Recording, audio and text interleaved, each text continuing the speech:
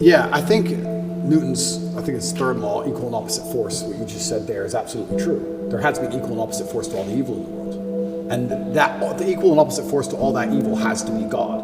And I've talked about this at length even with atheists, and I try and say that regardless of whether you're an atheist or not, you're thinking of God as a man in the sky, but you need to think of God as a concept as a whole. And once you do that, it's impossible to accept that he doesn't exist, right? I said to the atheists, I said, let's say there was 2 islands. They're shipwrecked, right? And there's 2 islands. Both of them are full of savages. On one island, you and your friend are shipwrecked. On one island, your friend goes and he crashes and they kill him and they eat him. And you go to another island and they want to kill you and eat you, but they don't because it's against their religion. Mm-hmm. Did God save your life? Who cares? Who doesn't even know the name of their God? But their God said, don't kill shipwrecked survivors. And now you're alive. So their God saved your life. The concept of God in and of itself saved your life. You owe God just for the concept of it, the idea of it. So even the idea of opposing evil as a whole is a belief in God. So you're either an evil person or you believe in God in some regard. And then once I understood that there had to be an equal and opposite force, I was raised Christian. I live in a Christian nation.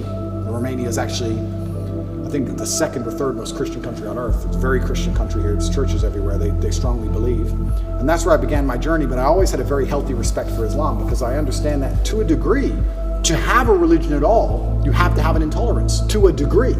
Because without an intolerance, you don't have rules. You don't have laws. You don't have any, like you said, you have to earn God's respect. If you're a religion which is tolerant of everything, then you don't have to earn God's respect. You can be a bad person and do bad things. God loves me, so it's fine. Well, no, it's not, because that's not the point of the religion. So then you extrapolate that out, and I was sitting and thinking, well, what's the primary function of a religion? And the primary function of a religion, I don't believe, is the religion exists so I can live forever. I mean, that's a nice thought. But I think on a macro level, the primary objective of a religion is to restore and contain some degree of traditional value within the society. How do you judge, let me change the way I worded that. How do you judge the success of a religion? I don't think you can judge it by the number of people who join it, because there's lots of people who are Catholic who don't act Catholic. They don't act in any way particularly Christian. Anyone can say they're something. You can walk into a strip club and everyone says they're Christian. It doesn't mean anything, right? So how do you judge the success of a religion? Well, I like to think the best way to judge the success of a religion is how successful is it at fighting evil? How successful is it at preserving the morality of a population in X parameter, in X geographical area? So when you look at it from that way, you can't say that Islam isn't the most successful religion on earth. It's the most successful in regards to opposing evil. It's the most successful in regards to opposing its differing viewpoints. It's the most successful in regards to having people act within the limits and the confines of what it finds to be moral and good to God. It's the most adhered to. It's the most feared. It's the most respected in most forms. And then also I'd like to think... I would say it's the most feared. Yeah, it's the most feared. But what is respect without fear? Do we respect men we don't fear? If there's a man who could do absolutely nothing to you on any level at all, you might be nice to him, sure, because we're not bad people. But would you really respect him? If you could take his chick in front of his face, set his car on fire, he wouldn't do a thing. You wouldn't respect him. You might be nice to him because we're not bullies, but you wouldn't respect him. Respect and fear are linked. They're not always the same thing, and you can maybe have fear without respect, but it's very hard to have respect without fear. And also, I heard someone say once that we see the world as we see ourselves. If you're a thief, you think everyone's a thief. If you're a liar, you think everyone's a liar. And I kind of agree with that. I understood that. I also like to think we see religion as we see ourselves. I like to see myself as a person whose respect you have to earn. I like to see myself as a person who has strong, rigid boundaries. I like to see myself as a person who will stand up and say, no, that's wrong. I like to see myself as a person who's not afraid of being shamed by whatever community for saying, I don't agree with that particular ideal. I like seeing myself that way. So if I'm going to see myself that way, then I'm going to naturally align with a religion that operates within that form. So when I say Islam is the last religion on earth, I say it because it seems to be the only one who will stand up and say, no, we don't care. No, that's not what the book says. No. I was raised Christian, and Muslims as a whole, we have no problems with Christians. None at all. I don't want anyone to think I'm anti-Christian, like I dislike Christians. We don't have a problem with Christians. We believe in a lot of the same things. We believe in Jesus. We put more respect on the name of Jesus than most Christians do. I just don't like the idea of people saying they're a Christian and saying, but because I'm a Christian, I can do whatever I want and throw all the rules away and none of it matters. Because once you have that level of tolerance, you no longer have a religion. Islam seems to be the last religion left with parameters. If you don't have parameters, you don't have a religion at all. So the closer I found myself to God, the closer I found myself to Islam. That's just how it ended. And Andrew, speaking of fear, one could argue that Islam these days, certainly in the last 20 years with the war on terror, they've also been the most vilified. Absolutely. Right? So, you know, everything that we've seen happen with extremism and everything that's going on all over the world, how are you grappling with that? You've been a Christian for years now, Islam, everything. And you know what? That's such an interesting question, because when I was younger, especially when I was an atheist, I would sit and think, people are really doing terror attacks and doing all this crazy stuff because, you know, they're upset over a cartoon. That's so stupid. And nobody should kill anybody. Nobody should kill anybody. Charlie Hebdo, everything. Yeah, nobody should kill anybody. Nobody should kill anybody. I'll make that very clear.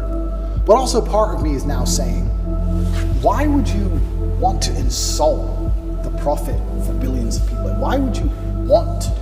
I don't want to make the argument against free speech. I'm not even saying you couldn't be allowed to. This is a sensitive subject. I'm just saying, what kind of person wakes up and thinks, I want to do that? I don't know. I just don't think that's a healthy mindset. Like when I see these Satanists, and they're, especially in America, and they're doing, let's keep it on Christianity, these Satanists, and they're dressing up Jesus as gay and all this stuff, like, that's not done in any kind of good faith. There's no good reason to do that. That's done with genuinely malicious intention.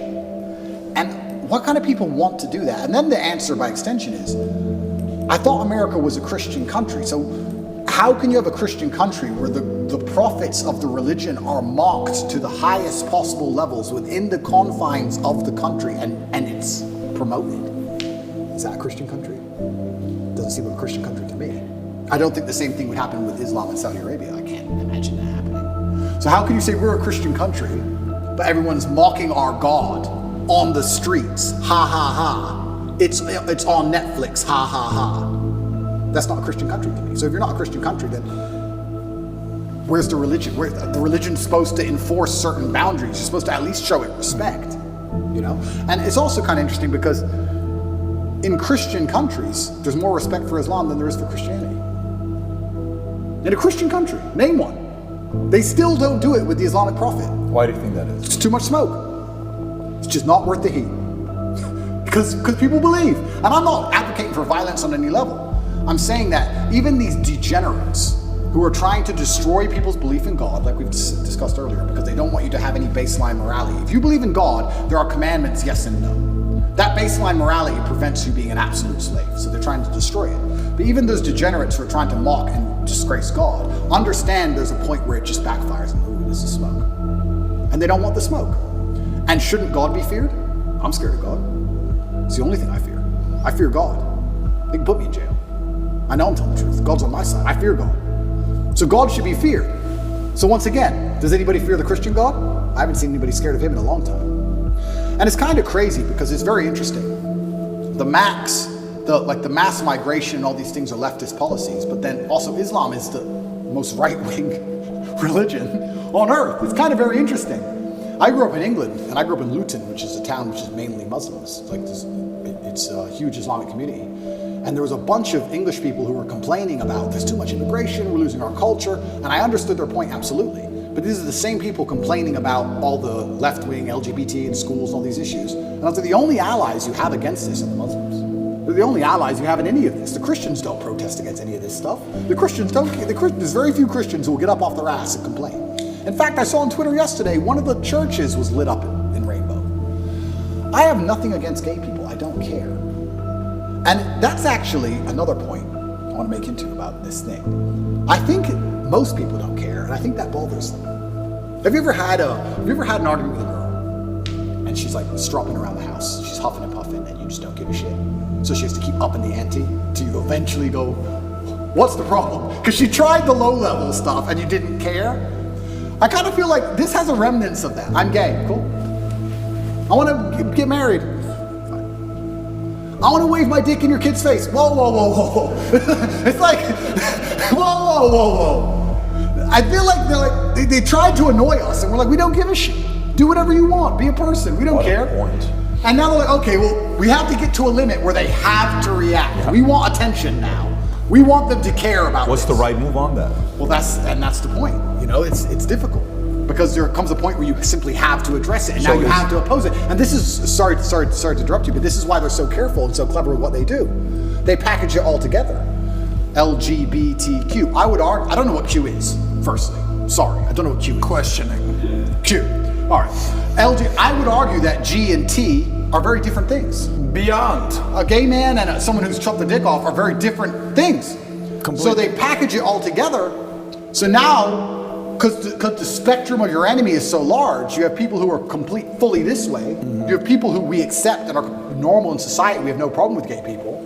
And they put it all together. You're an enemy of all these people. And they complicate the argument and they mix it all together. And now you're a bigot. And really, you just want your kids to be left alone. Really, you just want to leave the children alone. Of course. All you want to do is leave your kids alone. And then it's like, okay, I'm now raising children. I have more children than most people would believe. How do I protect my children from this insanity? God. Which God can protect my children? Allah, Islam. I'll move them to Dubai or Saudi Arabia, and none of this will happen.